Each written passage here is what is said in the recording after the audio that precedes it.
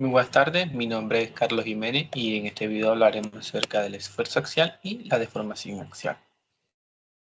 Bien, ¿qué es el esfuerzo axial? Bueno, podríamos definir al esfuerzo axial como una medida de presión interna que actúa sobre un área específica a lo largo del eje de un objeto, el cual está sometido a una fuerza. Esta fuerza puede ser tanto de tracción como de compresión. En la imagen se ejemplifica cómo podría ser tanto la tracción como la compresión. Entonces, según la imagen y el significado que tenemos acá al lado, podríamos decir que la tracción es el esfuerzo, el cual tiende a que el objeto se alargue, mientras que la compresión es un esfuerzo que tiende a que el objeto se acorte. Fórmula del esfuerzo axial. Bueno, la fórmula es sencilla. La fórmula es sigma, que es igual a P sobre A. P es la fuerza axial que es aplicada en el objeto, la cual está en medición de newtons, mientras que A es el área de la sección transversal, la cual está medida en metros cuadrados. Tenemos un pequeño ejemplo de un ejercicio acerca del esfuerzo axial. Bueno, el ejercicio nos indica que tenemos una columna de acero con sección transversal circular de radio 0.1 metro, el cual soporta una carga de compresión de 15.000 newtons. Nos piden calcular el esfuerzo axial en la columna. Bueno, en la resolución. Podríamos primero ver que como tal no tenemos el área de la sección, así que tenemos que hallarla. Y para hallarla es sencillo, simplemente tenemos que multiplicar pi, que es siempre una constante, para hallar el área en áreas circulares, por el radio al cuadrado. Entonces tenemos que área es igual a 3.1416 por 0.1 metros al cuadrado, lo cual nos da 0.0314 metros cuadrados. Ahora sí, ya teniendo el área transversal, podemos hallar el esfuerzo axial, en el cual solo tenemos que dividir 15.000 newtons, que es la carga que tenemos, sobre 0.0314, que es el área que acabamos de hallar, el cual nos da un resultado de 477.707.006 pascales. O simplificándolo más, podríamos decir que son 477.7 kilopascales. Ahora, deformación axial. La deformación axial es el cambio en la longitud del objeto cuando a este se le aplica el esfuerzo axial. Entonces podemos decir que no puede haber deformación axial sin que primero exista un esfuerzo axial, porque este es el resultado de cuando aplicamos el esfuerzo axial en un objeto, sea como la varilla anterior o una columna o cualquier otro objeto. Entonces, podemos decir que la deformación axial es el resultado de aplicar el esfuerzo axial. De igual forma, como es el esfuerzo axial, la deformación axial tiende a recurrir en dos partes, o puede ser tensión o puede ser compresión. Aquí podemos decir que puede ser positivo o negativo. ¿Por qué? Porque cuando se aplica tensión sería positivo. ¿Por qué? Porque el objeto gana longitud, ¿ok? Porque se alarga. Mientras que en compresión sería negativa, porque cuando aplicamos compresión a un objeto, lo que hacemos es acortar su longitud. Entonces podemos definir que en deformación axial positivo es tensión y negativo es compresión. Bueno, fórmula de la deformación axial. La fórmula de deformación axial sería epsilon, que es igual a delta de L sobre L sub 0, siendo delta de L el cambio en la longitud y L sub 0 la longitud original. Aquí tenemos un pequeño ejercicio de la cálculo de deformación axial, el cual nos dice, tenemos un cable de acero de 4 metros de longitud, el cual se estira bajo una fuerza de tracción de 8.000 newtons. Si el módulo de elasticidad del acero es de 200 por 10 a las 9 pascales y el área de sección transversal es de 0.005 metros cuadrados, Nos piden calcular, como ya dije anteriormente, primero la deformación axial para poder tener el cambio en la longitud del cable. Bueno, en la resolución, primero hallamos lo que es el esfuerzo axial. Para el esfuerzo axial, pues, ya tenemos todo. Tenemos lo que es la P, que es la fuerza de atracción que estamos aplicando, que es de 8000 newton, y el área transversal que ya nos dieron, que es de 0.005 metros cuadrados. Al dividir ambos nos da un resultado de 1.600.000 pascales, el cual podemos decir que es solo 1.6 megapascales. Bueno, ahora para la deformación axial tenemos que epsilon es igual a ya lo que tenemos es el esfuerzo axial sobre E, que es el módulo de Young, que ya nos lo dieron también, que es 200 por 10 a la 9 pascal. Entonces tenemos que 1.6 megapascales entre 200 por 10 a la 9 pascales nos da 0.00008. Entonces ya podemos hallar el cambio en la longitud. Tenemos primero la longitud ya hecha, que sería 0.00008 por 4 metros, que nos dan 0.00032 metros o 0.032 milímetros. Entonces tenemos que la deformación axial es de 0.00008, mientras que el cambio de la longitud es de 0.32 milímetros.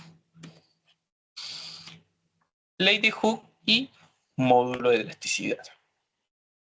Bueno, en la ley de Hooke y el módulo de elasticidad tenemos que en el rango elástico la relación entre el esfuerzo y la deformación es proporcional y se describe mediante la fórmula de la ley de Hooke, que es sigma igual a E, que es el módulo de Young, por epsilon, donde la E es el módulo de elasticidad o el módulo de Young, el cual es una constante, el cual la depende del material.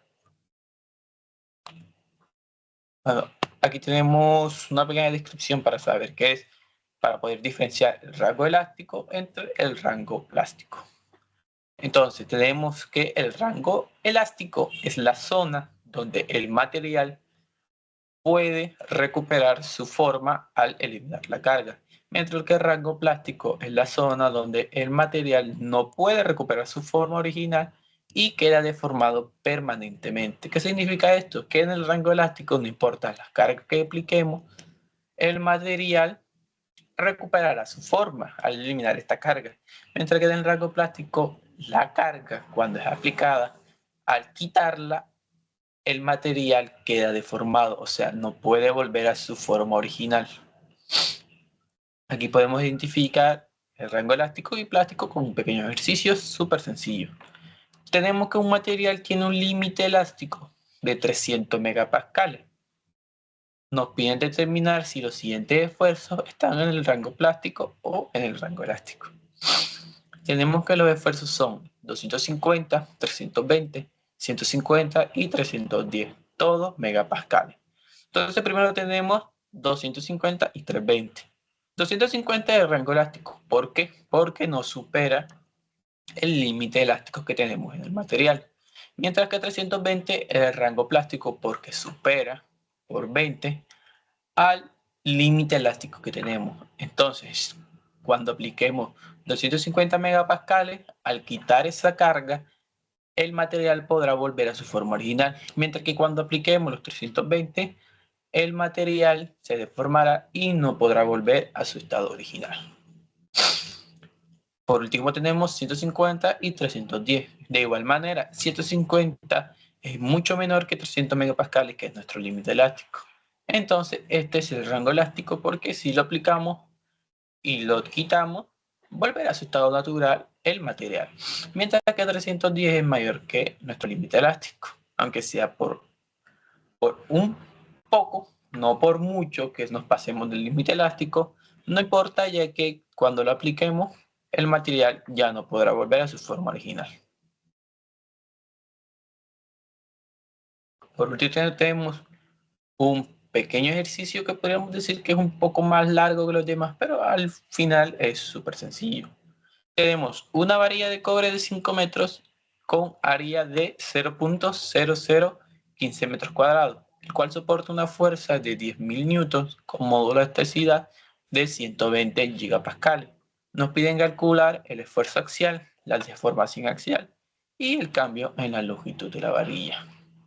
Entonces tenemos primero que hallar el esfuerzo axial.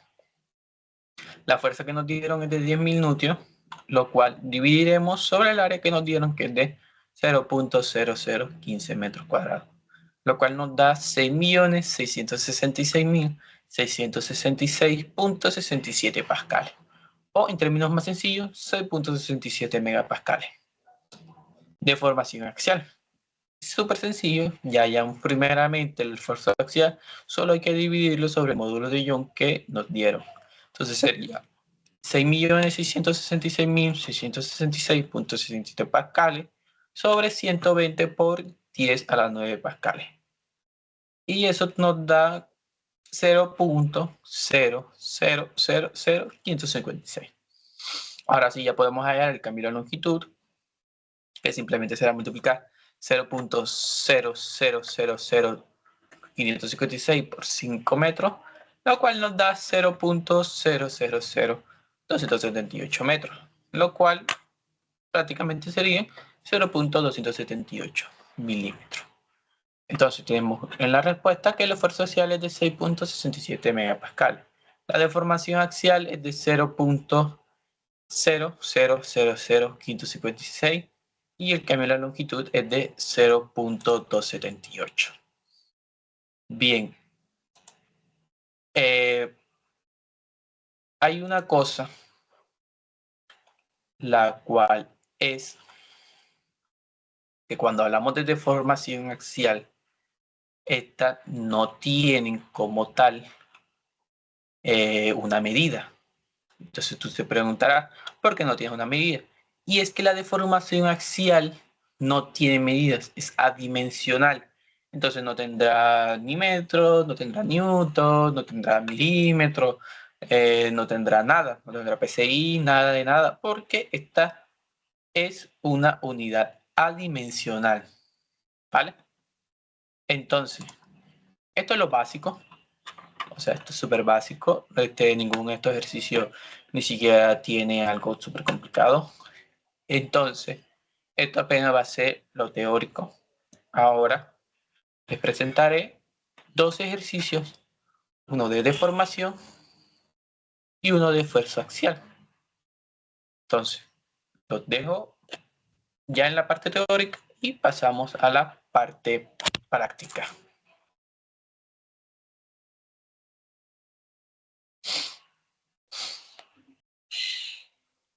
Siguiendo con la lógica de lo que dijimos hace un momento, ahora pasamos a los ejercicios, que sería la parte práctica de esta presentación. Primero iniciaremos con el ejercicio del esfuerzo axial. Bien, aquí tenemos el enunciado, el cual nos dice que tenemos dos barras cilíndricas sólidas AB y BC, las cuales están soldadas en B y cargadas como se muestra en la imagen. Se sabe que D sub 1 es igual a 30 milímetros y D sub 2 es igual a 50 milímetros.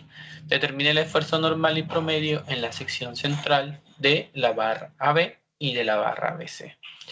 Bueno, haciendo un poco de zoom en esta parte, podemos ver que D sub 1 sería la barra AB de 30 milímetros y D sub 2 sería de la barra BC, que son 50 milímetros. Bien, entonces, para hallar el esfuerzo axial, lo primero que tenemos que hacer es hallar el área transversal, porque si nos damos cuenta, nos están dando el diámetro de las barras. Entonces tenemos que hallar la sección transversal. Bueno, para hallar la sección transversal, ya como hemos visto en la parte teórica, tenemos que hallar el área. Y el área simplemente sería multiplicar el pi por el radio al cuadrado, siendo que pi es siempre una constante. Entonces tenemos que el área es igual a 3.1416 por el área, que sería 15, que es la mitad del diámetro. Pero como estamos manejando en metros y esto es en milímetros, sería 15 por 10 a la menos 3 metros. Bien, todo esto será elevado al cuadrado. Esto nos dará un igual de 7.0686 por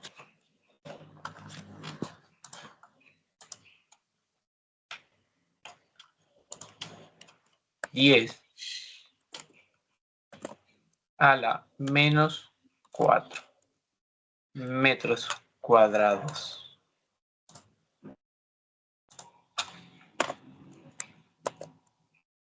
Bien, aquí tenemos lo que es el área. Bien, ahora ya que tenemos el área, vamos a hallar lo que es el esfuerzo axial.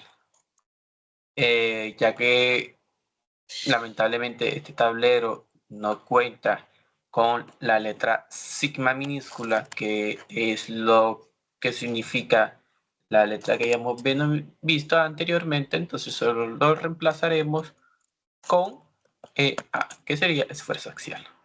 Entonces tenemos que el esfuerzo axial es igual a,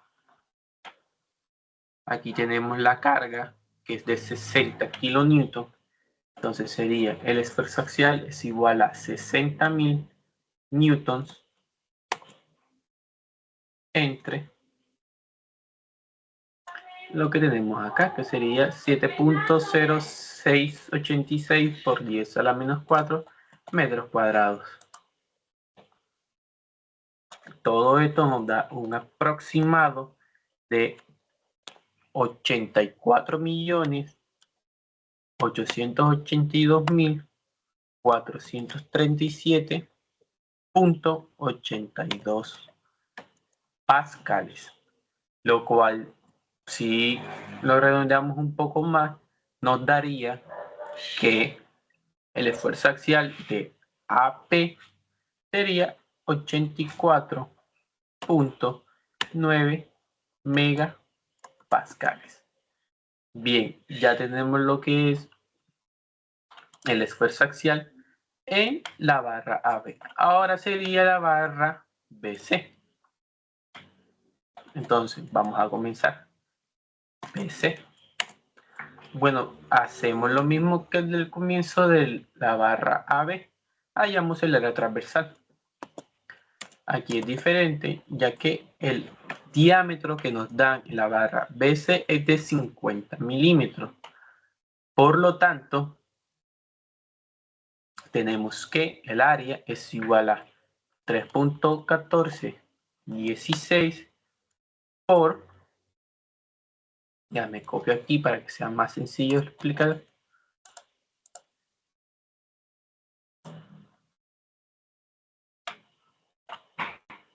tenemos que el área es 3.1416 por 25, que es la mitad de 50, igual a 0.0019635 metros cuadrados. Bien, ya que tenemos el área transversal, ahora sí podemos pasar a hallar el esfuerzo axial. Entonces, A es igual a... Aquí tenemos algo que hay que tener en cuenta.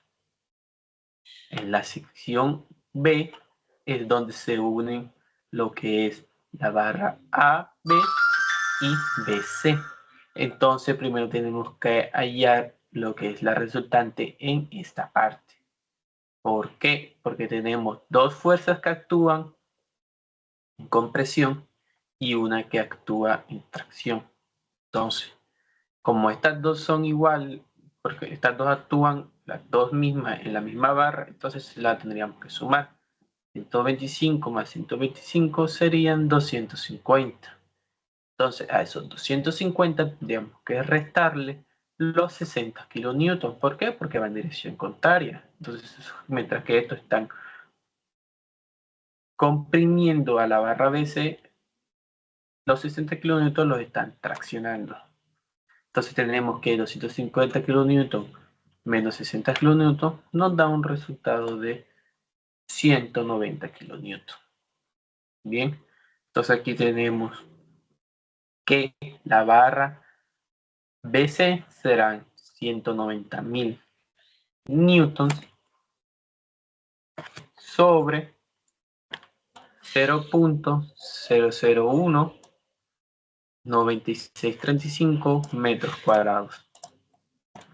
Esto nos dará un aproximado de 96.765.979.12 pascales.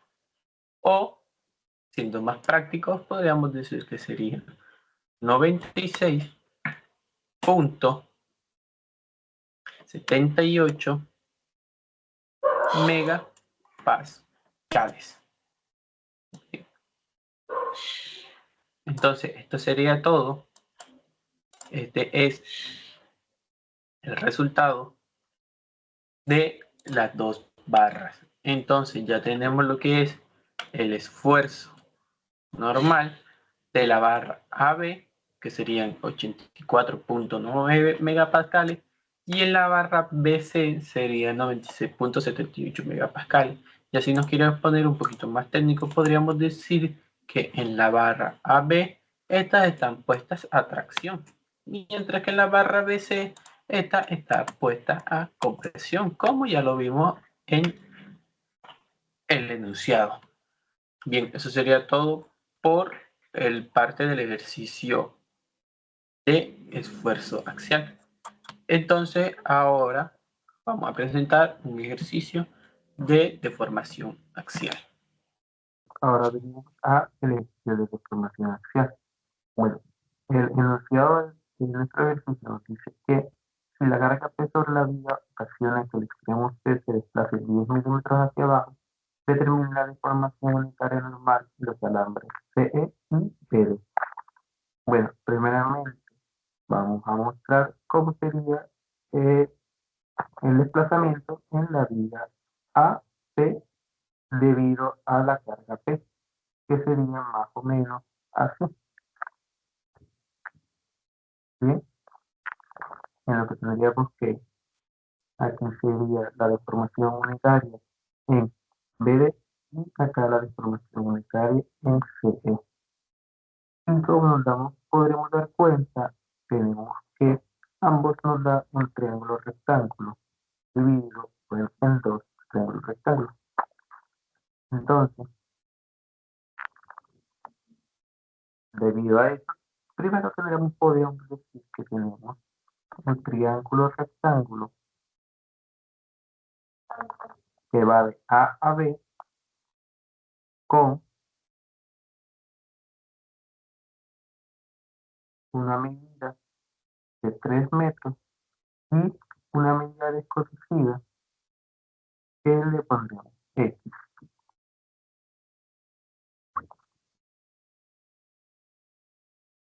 Entonces, tenemos este triángulo rectángulo donde tenemos un incógnito, pero debido a que ya vimos que es un triángulo rectángulo más grande que podemos tener, simplemente lo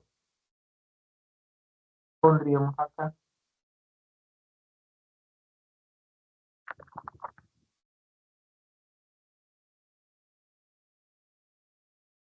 y tenemos ahora una medida de 7 metros y una medida acá de 0.010 metros, que solo como 0.01 metros, el cual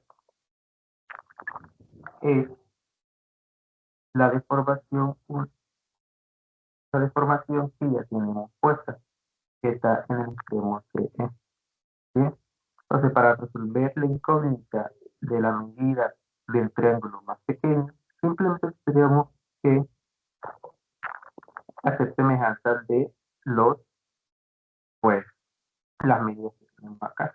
Entonces, simplemente tendríamos que poner que x sobre 3 metros es igual a 0.01 metros sobre 7 metros. Esto nos da que x es igual a 0.01 metros que multiplica a 3 metros dividido sobre 7 metros. Esto nos da que x es igual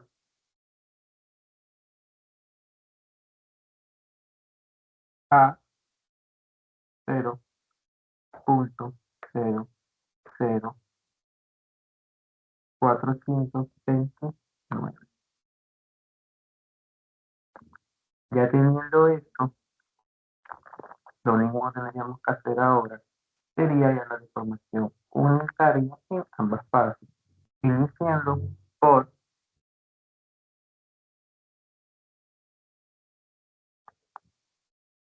la parte de BE. Si no recuerdan cómo es que llama la deformación axial, simplemente tenemos que epsilon es igual a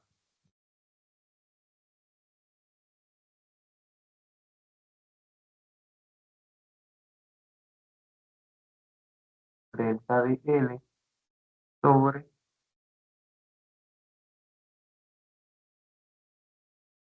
L sub 0.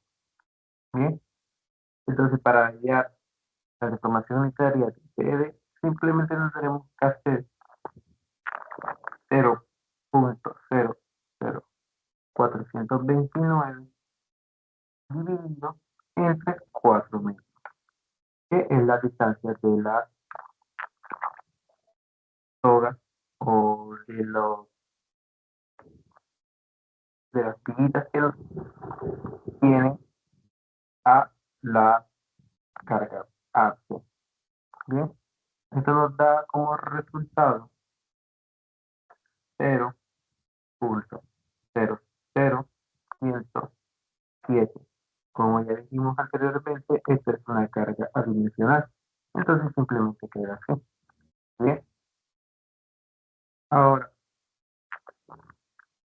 tenemos que hacer en nuestro lado CE.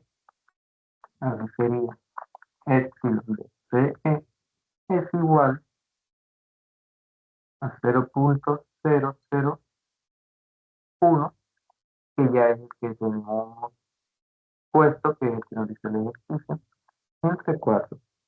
Y esto nos da el resultado de 0.0025. Bueno, para saber si esto es correcto, simplemente tenemos que ver que en la parte de CE, nuestros valores deben ser mucho mayores a nuestra parte de D. ¿Por qué? Porque este es el que tiene, el que presenta desplazamiento por parte de la carga P. Y como vemos en las universidades y en nuestras respuestas, nos daremos cuenta que estamos cumpliendo lo que es esta parte. Entonces, muchas gracias por ver el video y nos vemos en una próxima.